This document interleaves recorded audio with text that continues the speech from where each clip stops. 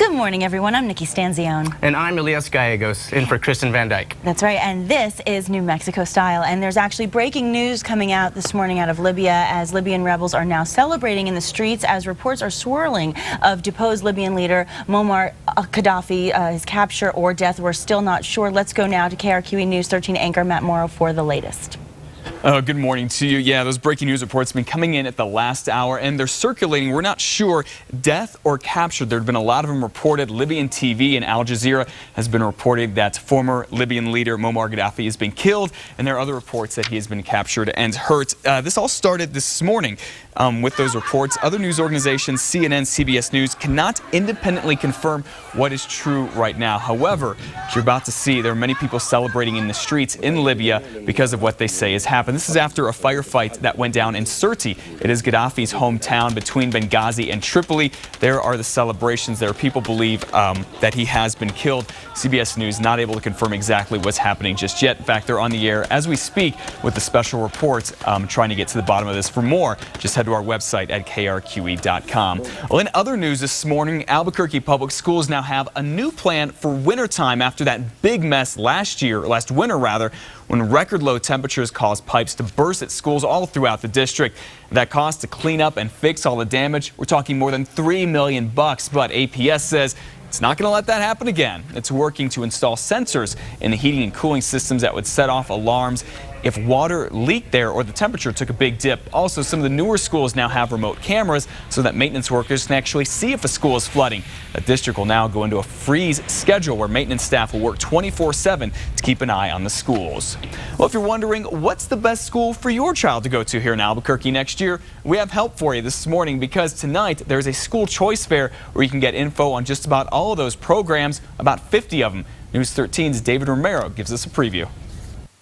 Education is critical, so how do you find what's best suited for your child? There's really a tremendous choice for parents and kids out there, and I think the challenge is how to get an overview of those choices and how to figure out what's a good fit for a parent's child and a particular school. That's where the school choice fair comes in to narrow down the decision. You can find smaller schools that have very different missions and types of educational programs, everything from a military academy, a focus on science. There are close to 50 charter and magnet schools in the Albuquerque area for kids kindergarten through high school. The major difference between the two, charter schools are independent public schools and entrance is based on a lottery decision.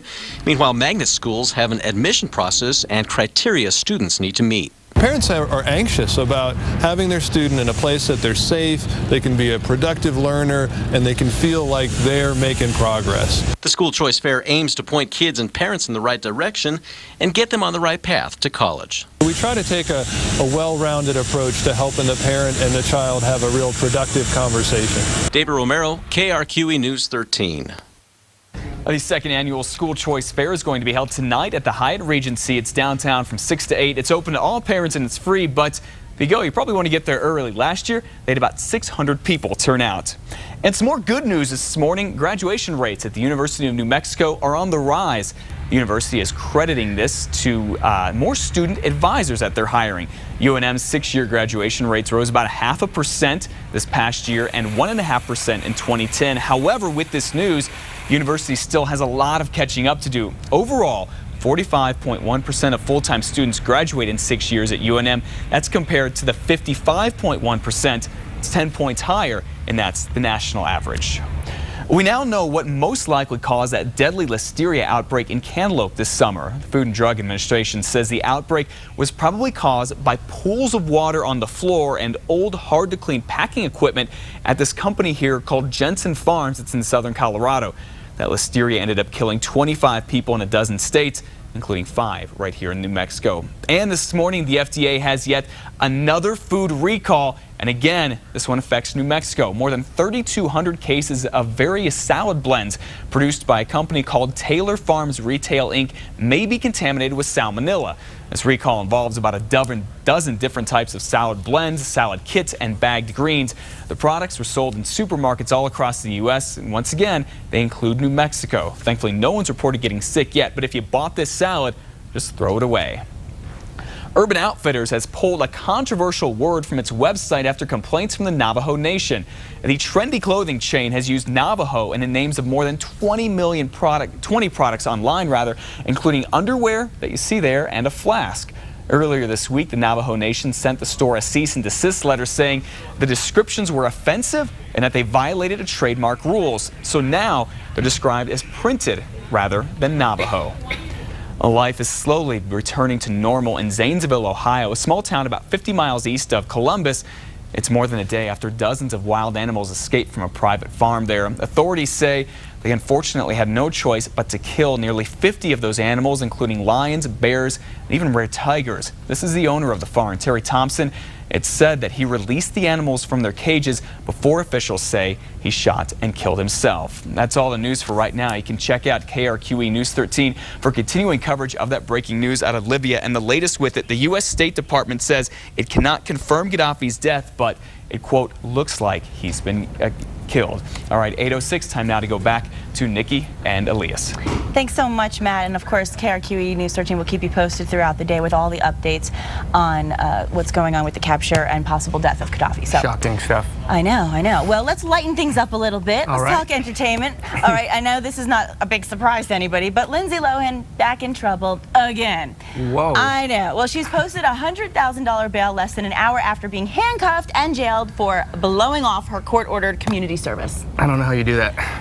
I mean, honestly, the girl has not learned her lesson yet. Lohan was jailed briefly Wednesday after a Superior Court judge revoked her probation, and that's because the actress skipped out on her community service assignment at a women's shelter. Now, the judge set a November 2nd hearing to decide whether she warrants another return to the slammer, and she has been jailed 4 previous times, only to be released early due to overcrowding. We'll get into that in a moment. The revocation is the latest legal problem for the 25-year-old actress who was given probation for a 2007 drunk driving case and a misdemeanor theft case earlier this year. It just never ends with this girl. There was something else, but I think everybody forgot. It's just it's one thing after. Well, this is the thing. It's like, do you think it's because she's a celebrity, or do you think it was really overcrowded? I think she likes the attention. You think? Just a little? Just a little bit. Goodness but what do I know? Anyway, what do you know? Tell us what do you know? What do you know? Okay, I know something. The other day, we had a guy on the show, not you, who was in the running toward becoming 2011 Cosmo Bachelor of the Year by Cosmopolitan Magazine. Well, his name, Nick Roybal, of course. He was here. He was actually announced a top 10 finalist. So congratulations. Congratulations. Thanks to all of the votes across the country, he was in the top 10. However, the bad news is the official Bachelor of the Year goes to Elias Gallegos. No, it goes to Ohio. So New Mexico didn't get #1, but guess what? We still, hey, out of 50 states, I don't think being in the top 10 is bad at all. And Nick has some other events coming up. He does like the Fitness America thing. He does. So we'll keep an eye on that. We will. So good for him. Congratulations to him. Okay, ready? Pucker up, y'all. Paula Deen has come out with a butter-flavored lip balm. What do you think about that? Yum! The Queen of Butter is really putting some south where the mouth is. In fact, that's actually the name of the lip balm for real. However, if you want to get those lip-smacking flavors on your luscious lips, you'll have to pay a visit to her store in Savannah, Georgia, because the lip balms are not sold on the Paula Deen website. And don't what do you worry. think about that? Well, you know, I'm actually a little worried about that, I guess, because I was about to say, if butter doesn't get your lips smacking, try bacon. Okay, would you want to kiss bacon off someone's lips? I don't know. Well, it depends on maybe if it's like Saturday morning, it was a long night on Friday. Maybe, I don't know. A little hangover, a little bacon sandwich. I mean, honestly, I don't know. I think butter and bacon, great on the grill, great with the food, but I don't know if I want to be kissing butter and bacon off someone's lips. I just think that's kind of icky. I don't know. You too? Yeah, I'm just going to reserve comment for another episode. Well, okay, listen. If you're a fast food junkie, you might want to try French fry lip balm, because there's also French fry lip balm. I bet that's salty. And you can find these and so much more culinary cheer at delish.com. So funny. Hilarious. Anyway, yeah, I love French fries, but again, just don't think I'm going to be wearing them. Feels a little greasy. Anyway, throw it away. McCall's Pumpkin Patch, by the way, is a Moriarty longtime fall family tradition. Owners Kevin and Kristen McCall say they want the pumpkin patch to be a place where families spend quality time together, make lasting memories, and reconnect with New Mexico's agricultural heritage. Yeah, and New Mexico-style photojournalist Kenny Hatchett made the short drive to take a look. We're out at the pumpkin patch today having fun. We've been out here for a few years now, and it's always fun. We always have a good time. Our kids get to see their friends from school. We get to spend some time with them that we normally don't get to on a weekday. And with weather like this and with a place like this to have lots of fun things to do, you really can't go wrong. Oh, well, we've been coming here for probably 5 or 6 years, and I would say this is one of the best years. The weather's been great. Kids are having fun. Pumpkins are beautiful. What more could you ask for? Oh, we love it out here. The kids love it, and it's a fun time. We look forward to it this time of year all the time. It is a working farm. When you come to this pumpkin patch, there's tractors out in the field. We grow them here. You go to the field where the pumpkins were grown all summer.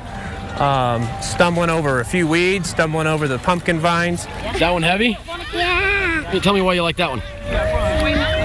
Because it's so good. All right, so did you get a pumpkin today? Yeah, you want to show it to me? What do you think of this place? I like it. Yeah, did you get a pumpkin? 35 miles east of Albuquerque. The air smells better, and the nights are much darker. On Saturday and Sunday, we're open from 10 to 6. Last ticket sold at 4 o'clock, and we feel like 2 hours is really pressing to even enjoy the whole farm. So make sure you get here by 4 o'clock, and we'll give you 2 hours, and we hope we can get all of the fun in here at the pumpkin patch in 2 hours. But we've got cow trains and jumping pillows and inflatables.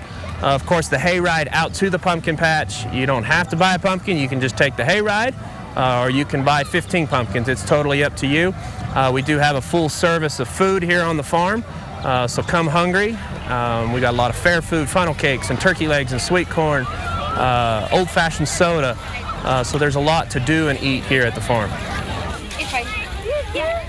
So cute. Well, thank you, Kirsten and Kevin, for sharing that. It's a great way to spend an afternoon. Absolutely. And McCall's is open to the public on Saturdays and Sundays from 10 to 6. The last ticket sold at 4 p.m. And the last day of operations for the year will be the day before Halloween on October 30th. So please visit McCall Pumpkin Patch for more information. Yeah, that sounds great. I need to go get some. I know you're really good at carving pumpkins. I'm terrible at it. I need to learn. It's lots of fun and easy to do. It is, well, for some, not for all. When it comes to celebrating Halloween, not all cities are really created equal, though. Did you know that?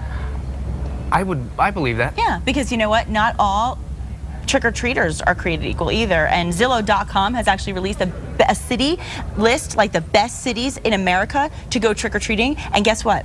Guess where we ranked in Albuquerque? Number 20. We were in the top 20. Wow. Yeah, and this is not top 20. This is not top states. I mean, this is top cities. So there's thousands of cities across the country. We were number 20. And you can see we're following cities like San Francisco and Boston. Honolulu must be fun to trick-or-treat in Honolulu, huh? What? Seattle, Chicago, number 5. Yeah. And then now Chicago kind of surprises me because this time of the year in Chicago, that's when the Windy City stuff really comes into play. It starts to get windy and cooler. So I wouldn't imagine that it's as fun. I don't know. Well, I guess maybe you have more opportunity to wear more costumes simultaneously. I don't know. I mean, this is the thing. They had certain factors that they had to take into consideration. So these were what they were. Generosity of neighbors, how to get the most candy with the least amount of walking. Okay, that's an interesting one. How to celebrate safely and enjoy your Halloween treats. So I guess some of these cities may be not ideal for weather like we are here, because I think we would be one of the more ideal ones, but also because of the safety factor. So it's interesting, huh? That is interesting. Are you going to go trick-or-treating? Well, it depends on what the weather's like. Oh, well, why don't we check in with meteorologist John Smith, who actually has today's forecast.